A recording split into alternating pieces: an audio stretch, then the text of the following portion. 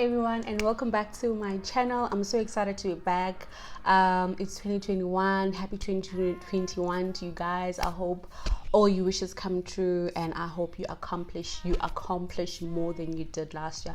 You know, last year's we didn't receive the memorandum, but last year the only thing that was required for us is to survive, because man, it was so tough emotionally, spiritually, physically, you name it. It was just a mess. But thank God we in 2021 now. I'm so happy that I'm back and I'm recording with you guys, and as usual I am featuring Pebby here. I'm sure you guys have seen that now. They've got an official page. I'm so excited. This is an ear to ear pink unit. It's pink and black. Yeah, it's really gorgeous. I really like it. This is actually one of my favorite. Okay, everything is my favorite unit there. So if you guys want to find out more, please follow at Pebby Beauty Castle on Instagram, so that you can watch out for all the specials that they have and the types of styles that they are offering. All right, now let's get right into it. Today I want to tackle a rather tricky subject, and that is like how I could discipline our kids, specifically in my home. Now what I'm about to say today, as usual, is really my own opinion. You guys can go ahead and do your own research, but I'm just going to talk about my own opinion and how I do things around here. Okay, so first of all, the basis of discipline, in my opinion, or rather how we do it in my household, is the foundation of discipline is love. So when we discipline our children, we don't make them feel like now because they're doing something that we don't really like, or something we talked about, or they're being naughty or something, now we love them less. Now we make sure that we make sure that whilst we are whilst we are not punishing, whilst we are disciplining them, they still know that we really love them, and we try very hard to make them feel that, you know, they don't really need to work hard for us loving them. We love them automatically. We love them unconditionally. There's no conditions to our love. We try very hard to make them feel like that no matter what happens and no matter what's going on, mommy and daddy love me. And that also opens the door for them to come to us with whatever is happening in their lives. Even right now, if something is making them feel uncomfortable, or if someone is making them feel uncomfortable, they know that mommy and daddy are there. So and also that also creates a thing of we've got two children, so they know that they don't have to really, how can I say that, compete with each other, or even just compete. They know that, you know what, we don't really have to work for mommy and daddy's love. It's automatic. They love us no matter what happens. And also when they're adults, when they're old, they know that they can always come back to us if maybe there's a mistake that they did, or if something is happening in their lives that, you know, they specifically are not proud of. They know that they can come back to us as their parents, and then we will advise them otherwise. Majority of households, like in our generation, it was like children don't, they've got an opinion, but not that much. It's not going to be taken that much into consideration. So that really closed the door. Like, okay, that's mommy, that's the adult, and I'm the child, and whatever the adult says is right, whatever the adult says grows. It is now that we actually grew out of that, and we know that we can actually go to our parents with whatever and speak to them whatever. But I wish that had started while we were still small. So how can I say that? So like we try to open that door with our children. Even now they can come with their most embarrassing things, with the mistakes that they've made. They know that they can come unashamedly to us.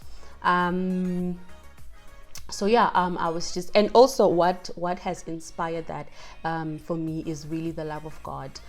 We don't really, okay, before I start preaching, I know that I've just talked about like the foundation of our discipline is love, right?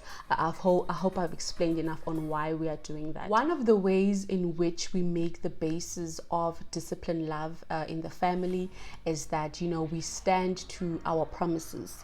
Like, we don't say now because you've done something offensive, or because like you did something that requires us to discipline you, now we have to cancel the thing that we promised you. So our promises still stand, even though maybe there's something maybe bad that they did during the day that requires us to be disciplined. Our promises stand, but still they must know that if maybe you do something that is out of order, there's consequences that come with it, but not necessarily that maybe we get stripped of everything that we have promised. Say, for example, that we've promised them that maybe at 3 o'clock we're gonna have an ice cream date, and then between 1 and 2 now there's a problem that, okay, somebody has done something that is out of line or something that requires to be disciplined. We don't discipline them by canceling the promise, you know.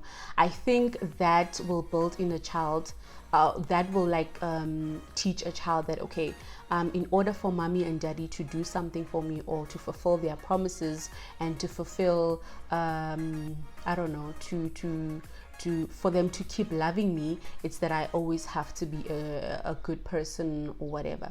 So, but that doesn't mean that now, since we don't cancel their promises, now now the consequences go, the consequences go away.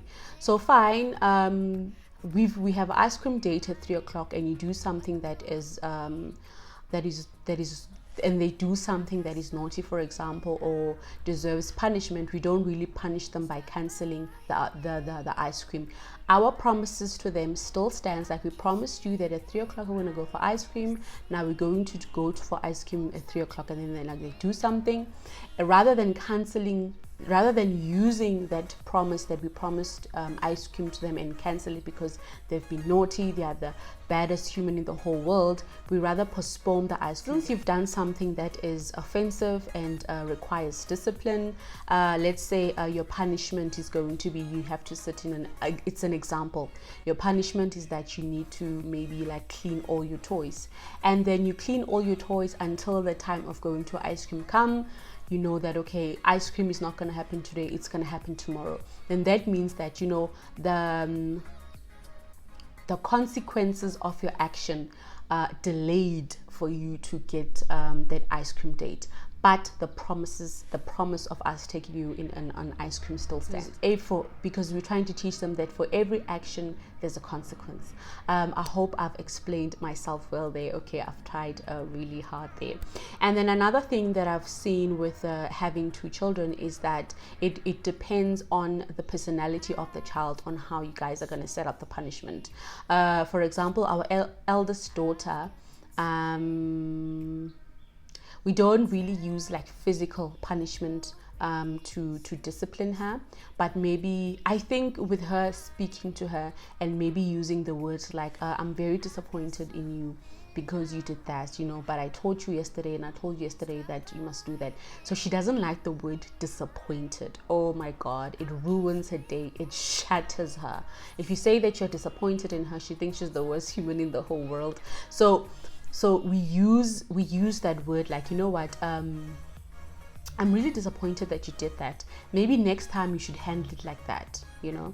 So with her, physical punishment is really, really not necessary, because just for you talking to her, and also talking to her like an adult, you know, not like an adult, but talking to her talking to her seriously, like as in a manner that you take her seriously, you take her opinion seriously. We talk to her in that sense, we talk to both of them in that sense, and then we explain to them that this is wrong, and I'm disappointed in you right now because this is, I've told you about this before and you are repeatedly doing it. And then with the small one, that the small one's personality hasn't really come through. She doesn't, when you talk to her, she's not in a point of explaining. So for that one, I've learned to understand her triggers, you know, why she does certain things. I know that maybe when she starts beating her sister, there's something that's frustrating her. excuse me, when she starts beating her sister, for example, I know that there's something frustrating her, or she's just trying to lash out about something, or she just simply wants to take a nap and she just doesn't know how to, like, say, okay, I need to rest, I need time out, I need to go sleep. So identifying her triggers has been very important to know, okay, what really triggers her. And then if, let's say, she's just being naughty because she's being naughty, then only we resort to physical punishment. And another thing that I've really encouraged my husband to like do is that, like, the little things that we should discipline about, those things, like he should leave them to me. And then when it comes to him, then we know that, you know what, when discipline goes to the head office being my husband, then you're like, no, you're bad.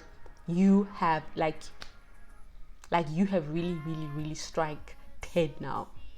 Because now I call my husband, you know what, Mang is doing this, and you know what, we talked about this, and like, it's not working, so I think you should take over now the way you see fit.